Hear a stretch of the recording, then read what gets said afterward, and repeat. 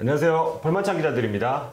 오래오래 기다리셨습니다. 네, 찬 기자 한 번, 저 한 번, 그리고 전반기가 끝나기 전에 찬 기자가 또 한 번 올킬에 성공을 했습니다. 제가 스타트, 그 다음에 전반기 마지막. 마지막까지. 야, 전반기에 저희 둘이 합해서 3번 하기는 사실 쉽지 않은 일인데 이번 라운드 사실 좀 쉽지 않았거든요. 인천 전북전 무승부, 성남 수협전 수협승, 제주 울산전, 제주 원정 까다로웠는데 울산승 모두 다 들어왔습니다. 그래서 120배가 넘는 걸로 알고 있는데 혹여나 맞추신 분 한 분 있다고. 네. 그 커뮤니티 가니까 누가 저랑 만 기자 걸로 10,000원씩 베팅했다고 하는데 죄송합니다.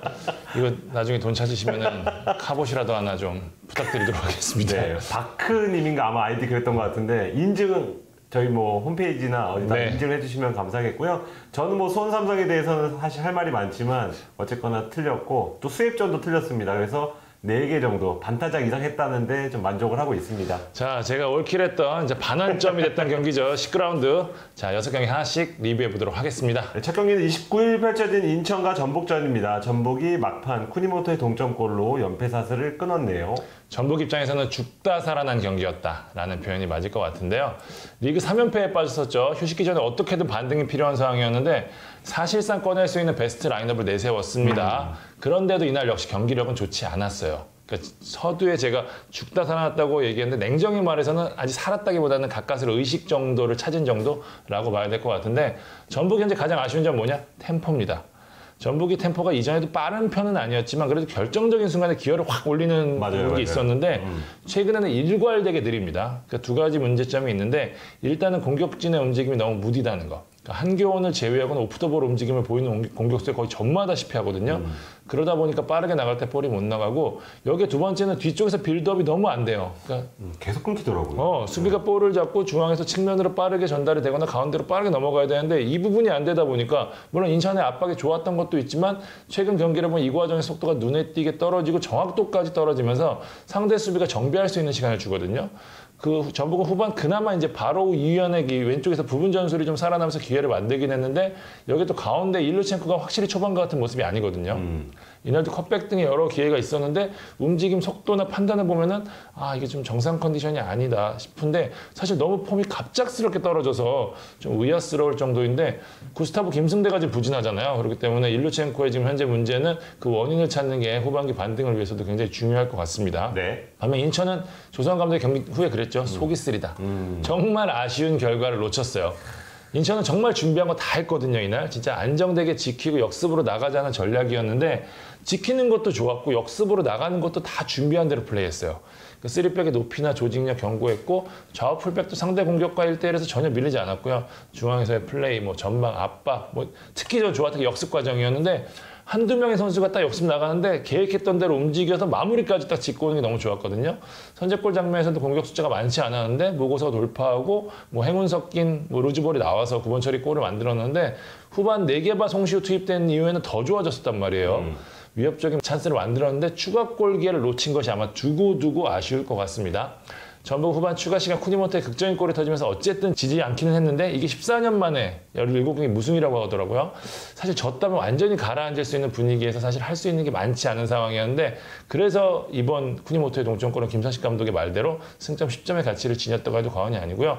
그러나 여전히 이기지 못했다는 점, 여전히 경기력이 좋지 않다는 점에서 전북의 고민은 계속될 것 같고요. 저는 이날 경기 보면서 느낀 게 이거였어요.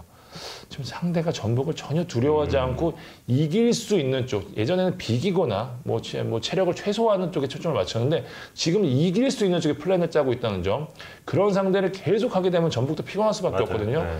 이게 전북의 가장 큰 실이 아닐까 싶고요. 인천 내부에서는 지금 막판 추가 시간이 왜 주어졌냐, 그리고 그 전에 파울 장면이 있지 않았냐 때문에 좀 아쉬움이 있기는 하더라고요. 물론 이 경기까지 잡았다면 좋았겠지만 어쨌든 인천은 좋은 분위기 속에서 전방에 맞췄다는 점에서 의미 있는 경기 될 것 같습니다. 저도 말씀하신 부분에 좀 동의를 하는 게 전북은 사실 들어가면서 1대0으로 시작하고 들어가거든요. 기를 확 죽이고 그냥 멤버로. 근데 이제 그런 느낌이 좀 사라졌다는 게 좀 실이 된 것 같습니다. KOM 뽑아주시죠. 송범근 하겠습니다. 사실 이날 전북 승점 쿠니모토의 득점이 나오기 직전에 이 송시우 선수의 슈팅을 송범근이 막아냈기 때문에 땄다고 해도 저는 과언이 아니거든요. 잘했어요. 예, 정말 이날 슈팅뿐만 아니라 후반 32분 송시우의 슈팅도 굉장히 좋은 세이브했고요. 네 차례의 결정적 슈팅 모두 막아내는 선방쇼로 팀을 구했기 때문에 예, 이날만큼은 최고의 활약을 펼친 선수로 송범근 꼽겠습니다. 네, 두 번째 경기는 창 기자가 다녀온 제주 대 울산전입니다. 울산이 2대 1로 승리를 했습니다. 울산의 달라진 힘을 느낄 수 있는 경기였습니다. 계속해서 이야기하는데 우승을 위해서는 질 경기 비기고 비길 경기 이겨야 하거든요. 울산이 이제 그 힘이 생겼습니다. 그 비결은 뭐냐? 개인적으로 안정성인 것 같아요. 그러니까 과거 잦은 로테이션을 했던 것과 달리 울산이 이제 확실한 플랜 A. 그러니까 잡을 경기에서는 이 멤버로 나간다가 정해졌어요. 지금 전북, 포항전, 제주까지 뭐 왼쪽 풀백 정도로 제외하고는 같은 멤버거든요. 그 초반 홍명보 감독이 이동준, 김인성의 속도를 극대화한 축구를 했었는데 최근에는 이제 윤빛가랑 고명진, 원두재 여기 바코까지 중앙으로 가면서 하잖아요. 그러니까 중앙에서 확실한 우위를 갖고 하는 축구로 승부를 띄웠는데 아무래도 일정이 좀 빡빡하다 보니까 점유가 좀 더 낫지 않겠냐는 판단을 한 것 같고 그게 울산과 잘 맞아떨어지고 있습니다. 그러니까 확실한 베스트 11이 정해지니까 얻는 수확이 뭐냐? 팀이 전체적으로 끈끈해지는 모습. 그러니까 후반 막판에 이제 김지현 선수가 페널티킥 결승골을 얻는데 이때 홍명보 감독이 사실 키커를 정하지 않았다고 해요. 근데 여기서 이제 선수들끼리 이제 야 득점 없잖아, 지현이 주자. 막 이런 분위기. 요 또 볼을 전달하는 과정에서 선수들이 막 어깨 동무하면서 많은 이야기를 하더라고요. 그래서 자신감도 성공시켰는데 이런 부분들이 사실 울산이 좀 달라진 부분이고 사실 전북 경기 결과를 보고 플레이했기 때문에 좀 신경도 쓰일 수도 있고 게다가 워낙 까다로운 제주 원정이잖아요. 힘든 경기를 할 수밖에 없는 경기였고 실제로 힘든 경기를 했고요. 내용을 좀 보면은 제주의 플랜이 굉장히 좋았습니다. 남기일 감독이 가운데서 이제 울산이 볼을 점유하더라도 좋은 패스가 나가지 못하게 하는 쪽에 초점을 맞췄고 실제 수비 자체는 나쁘지 않았어요. 공격도 주민규를 축으로 좋은 기회를 곧잘 만들었고 그런 분위기였는데 울산이 흔들리지 않았습니다. 그러니까 완성도는 확실히 좋은 경기 했을 때보다는 미치지 못했지만 자신의 플랜을 계속했고 홍명보 감독 후반 승부수를 띄웠죠. 이동준이 투입되면서 공격 속도가 확 올라갔고 이동준 선수 제가 현장에서 보니까 확실히 빠릅니다. 예, 그러니까 그 움직임이 중요한 게 뭐냐면 분산되지 않고 골을 노리는 데 집중을 하고 있어요. 그러다 보니까 훨씬 위협적이고 이동준 어쨌든 마무리까지 해주면서 후반 이제 리드를 잡는 골을 성공시켰고요. 제주도 주민규가 이제 득점 선두로 나가는 페널티킥 성공시키면서 승부를 원점으로 돌렸는데 동점골이 터지자마자 울산이 다시 앞서 나갔습니다. 김인성이 돌파 후 제주 실수를 틈타서 이동준이 골을 넣었지만 조심히 VAR을 보고 김인성이 돌파하는 과정에서 파울을 선언하면서 페널티킥 나왔는데요. 김지현이 성공시키면서 승리를 따냈습니다. 울산 3연승 최고의 기세 속의 선두로 전반기를 마쳤고요. 물론 보완점도 있기는 합니다. 감독은 이제 좀 더 세밀해야 된다는 이야기를 하는데 이전과는 다른 흐름을 타고 있다는 점에서 우승에 대한 꿈을 키운 전반기가 아닐까 싶고요. 제주는 최근 경기력이 나쁘지 않은데 고비를 넘지 못하거든요. 그러면서 지금 8경기 무승, 수렁에 빠졌는데 제주가 상위 스플릿 이상의 성적을 노리고 있잖아요. 그러기 위해서는 전반기 막판에 노출했던 높이 그리고 세트피스 수비 불안 등에 대한 문제를 해결해야 가능할 것 같습니다. KOM 누굽니까? 이동준 하겠습니다. 네. 특급 조커의 면모를 유광호씩 과시했고요. 선제골도 그렇고 결승골 장면에서도 이동준의 지분이 굉장히 컸거든요. 초반에 비해서 임팩트는 떨어졌는데 지금 이제 자기 뭐 계속 꾸준히 해주는 선수이고 또 측면에 있지만 가운데서 들어가는 움직임이 좋잖아요. 이날도 후반 교체 들어갔는데 팀 내 최다인 3개의 슈팅과 2개의 유효 슈팅 날렸더라고요. KOM으로 선정했습니다. 네, 2개의 유효슛과 한 번의 짜증이 있었죠. 왜? 결국은 득점을 하긴 했지만 굉장히 아쉬워했다는 그런 장면이었습니다. 자, 세 번째 경기 만기자가 다룬 슈퍼매치였습니다. 와, 의외의 스코어 3대0으로 끝났습니다. 전북, 울산도 그렇지만 올 시즌 참 희한한 시즌이다. 이 얘기부터 살짝 하고 넘어가겠습니다. 지금까지 흐름을 잘 따라오신 회원님들은 좀 알겠지만 지금 보면 무패를 달리는 팀은 한 달, 2달 쭉 무패 달려요. 근데 무승 중인 팀은 반대로 긴 시간 동안 턴을 못 벗어나거든요. 전북은 7경기 무승, 울산은 8경기 무패, 그리고 제주는 8경기 무승, 그 뒤에 얘기할 대구는 9경기 무패입니다. 한번 보시면 정말 그러네 하실 겁니다. 그러니까 제 나름대로 뭐 짱구도 굴려보고 여기저기 물어도 봤는데 왜 이런 현상이 나오는지 명확한 답을 아직까지는 찾지 못했습니다. 그렇죠. 네. 그냥 선수들 사이에서 좀 힌트를 얻자면 올해는 정말 만만한 팀이 없다. 평준화됐다. 이런 얘기를 굉장히 많이 한다 그래요. 거기서 힌트를 좀 얻자면 강약, 약강이 좀 없다 보니까 분위기가 좋은 팀은 지지 않고 반대로 분위기가 안 좋은 팀은 왜냐면 상대가 만만치 않으니까 쉽게 분위기 반전을 하지 못하는 게 아닐까. 그럴 수 있겠네. 전북이 인천 원정에서 힘겹게 비긴 것처럼 그렇게 한번 생각을 해보고요. 일단 이 얘기는 한 게 서울과 수원에도 해당되기 때문인데요. 서울은 이날 패배로 9경기 연속 무승에 빠졌고 리그, 수원은 8경기 연속 무패를 내달리면서 희비가 갈렸습니다. 수원은 5월 달에 어느 팀보다 빡빡하고 빡센 일정을 좀 소화했잖아요. 맞아요. 네. 그래서 악몽이 될 수 있었는데 무패로 마감하면서 아주 꿀맛 같은 기분으로 휴식기에 돌입할 수 있게 됐고, 서울은 다른 팀 쉴 때 이제 코로나로 밀린 경기를 차례차례 치러야 되거든요. 네. 이날 패배로 부담과 걱정이 더 커졌을 것 같습니다. 그래도 슈퍼매치니까 경기를 좀 짤막하게 좀 살펴보면 서울이 공을 소유하고 결과는 수원이 가져갔다고 좀 정리할 수 있는데요. 점유율만 봐도 67대 33으로 서울이 2배 더 높았습니다. 네. 그러니까 기스마르가 중심이 돼서 공은 많이 만졌고, 후반 초반에는 점유율이 77%까지 오. 거의 일방적으로 지금 반코트 게임을 했는데 슈팅 수도 9대 5로 서울이 앞섰습니다. 그런데 이제 득점이 왜 3골 차가 났냐 하면 디테일에서 좀 차이가 났어요. 선제골 상황에서는 황현수가 제리치를 완벽하게 놓쳤고, 그러면서 페널티 파울을 범했고, 두 번째 골 상황에서 이태석이 조금 어설픈 몰처리로 역습기에 내주고, 그 자기 진영에서도 선수들이 호흡 이런 거 없이 우왕좌왕하면서 김민우에게 골을 내주고, 마지막 골 장면에서도 파포스트에 있는 매통령이죠, 민상기를 완벽하게 놓치면서 이마도 아닌 발로 실점하는 그런 모습 보였습니다. 수원은 5개의 슛으로 3골을 넣는, 대단히 효율적인 축구네요. 네, 엄청난 집중력을 보여줬고요. 원정에서 이제 2014년 10월 이후 처음으로 지금 3골차 이상 승리했고, 원정에서 승리했고, 그리고 2015년 4월 이후 6년 1개월 만에 지금 3골차 이상으로 슈퍼매치에 승리를 했습니다. 최근 3경기에서 슈퍼매치 2번 이겼거든요. 박건하 체제 돌입해서 슈퍼매치 공포증을 어느 정도 이겨냈다고 좀 볼 수 있겠습니다. 자, KOM 누구로 할까요?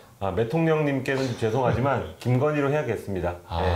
페널티야 뭐 제리치가 얻어서 뭐 줬다고 하지만 두 번째 득점 장면 보일 때 드리블은 맞아요. 빠르면서도 파괴적이고 또 효율적이었습니다.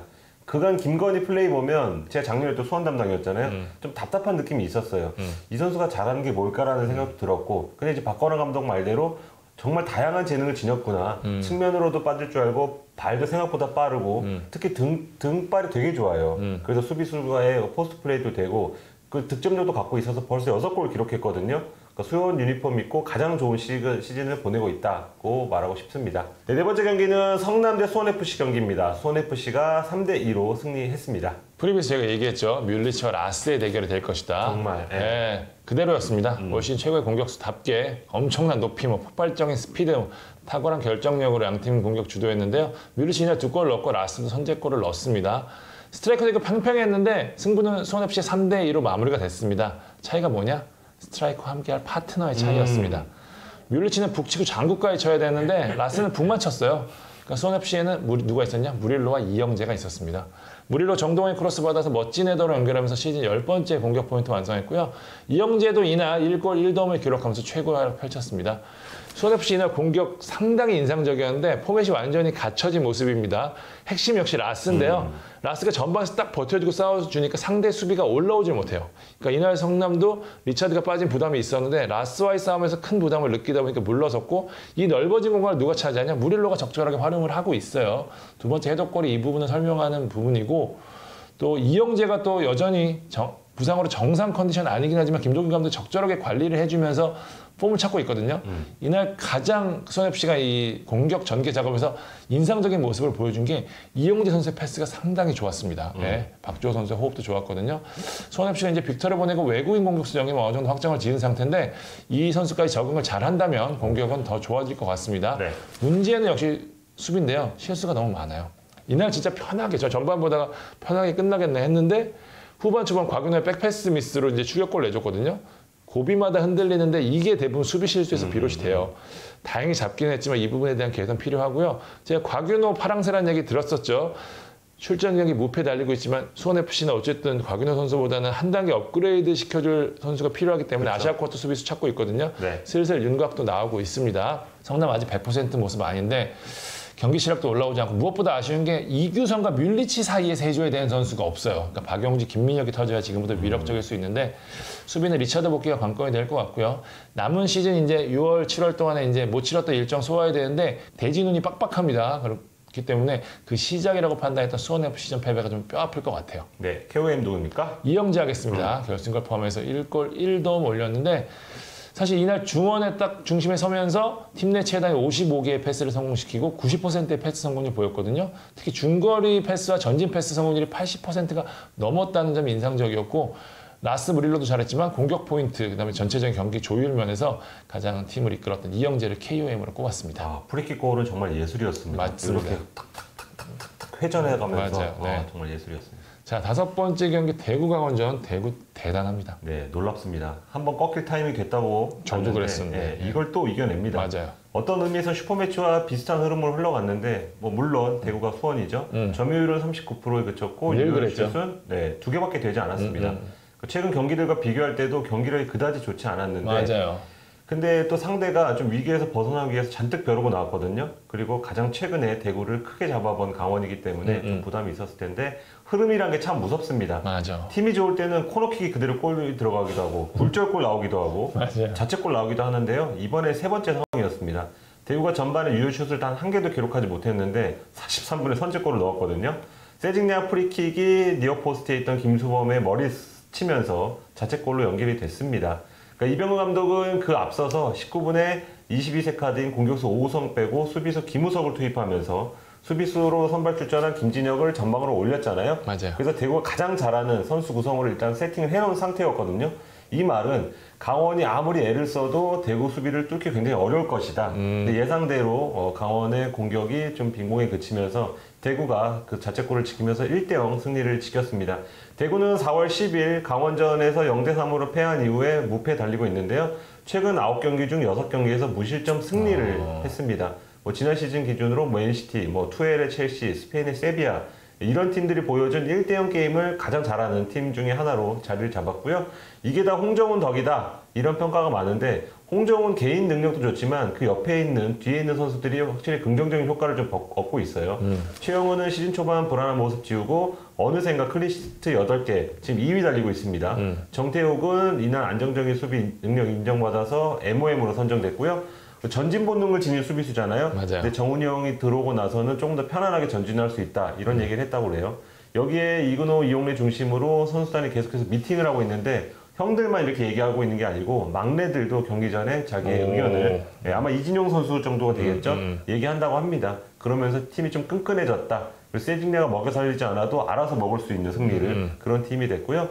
강원 같은 경우에는 지금 3경기 연속 득점하지 못하면서 9경기 연속 무승에 빠졌습니다. 그 누구보다 이번 휴식기가 반가운 팀이 강원이 아닐까 합니다. 아, 김영수 감독 얼굴 빨개지는데 안쓰럽더라고요. 네. 이야 소리가 다 들립니다. 네. 자, KOM은 누구로 할까요? 연맹 따라 가겠습니다. 정태욱. 볼 획득이 15개로 가장 많았고 차단 7개, 클리어링 5개도 팀 내 최다입니다. 공중볼 뿐만 아니고 육지전에서도 좋은 모습 보였거든요. 좀 인상적인 게 파울 기록인데 단 한 개의 파울도 기록하지 않고 피파울만 하나 기록했습니다. 기록을 보니까 18경기 출전해서 16개의 파울만 기록했습니다. 경기도 한 개가 안 됩니다. 반다이크네. 네, 리아, 계속해서 퍼디낸드인가? 네. 깔끔한 수비를 시전하고 있습니다. 자, 마지막 경기 포항 광주전. 야, 징크스 무섭습니다, 진짜. 정말 한 끗 차이였습니다. 근데 그 한 끗으로 인해서 한 팀은 승점 3점 벌어가고 다른 팀은 연패를 당했습니다. 포항 같은 경우에는 뭐 폼이 좋은 임상혁, 크베시치 투입하고 주중 FA컵에서도 나서긴 했지만 송민규, 강상우 역시나 앞세웠습니다. 최근 흐름 좋다 보니까 광주도 잡고 가야 된다 이런 의지가 느껴지는 라인업이었고요. 광주는 좀 변화를 줬어요. 김종호가 선발로 돌아오고 김주공, 곽광선, 이으뜸이 출전 기회를 잡았습니다. 좀 고민한 흔적이 좀 보이더라고요. 전반은 딱 봐도 골은 안 나오겠구나 이런 흐름이었습니다. 그러니까 광주의 저항도 좀 거셌지만 포항이 사실 그 공격 작업이 작년보다는 진짜 절반 이하로 조금 매끄럽지 않거든요. 맞아요. 그렇다 보니까 조금 고전하겠다 싶었는데 후반전에는 오히려 광주가 밀어붙였죠.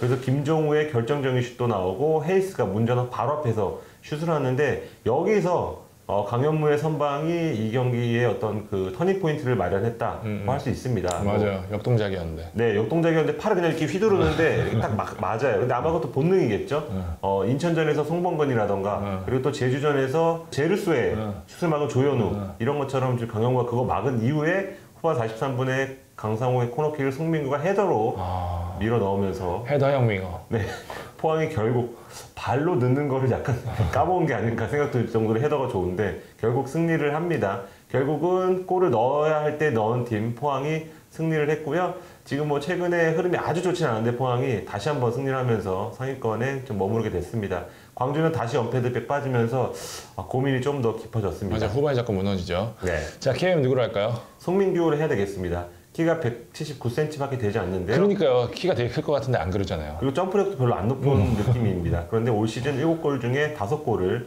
헤더로 넣었고요.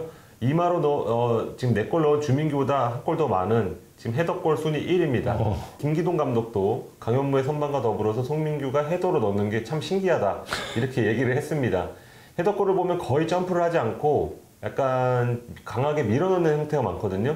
그만큼 위치 선정이 좋다는 거. 맞아요. 예, 그런 그 헤더 능력을 지녔는데 K리그 데뷔 후에 벌써 헤더로만 10골, 헤더 지분율이 전체 골의 50%가 넘습니다. 이 선수 연구해 보면 좀 참 재밌을 것 같고요. 볼거리 차원에서 헤더골 역사 뒤에 짧게 준비했으니까요.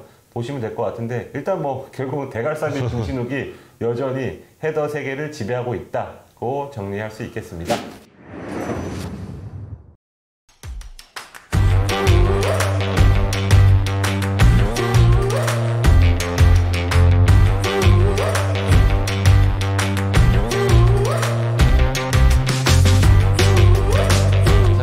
기자 마지막 라운드 리뷰해봤습니다. 지난 방송 말씀드린 대로 이제 좀 여유가 생겼거든요. 네. 기획도 하고 분석도 좀 하고 인터뷰도 좀 하겠습니다. 궁금하거나 다뤘으면 주제 있으면 댓글 남겨주시면 적극 반영하도록 하겠습니다. 지금까지 볼만치 않은 기자들이었습니다. 감사합니다.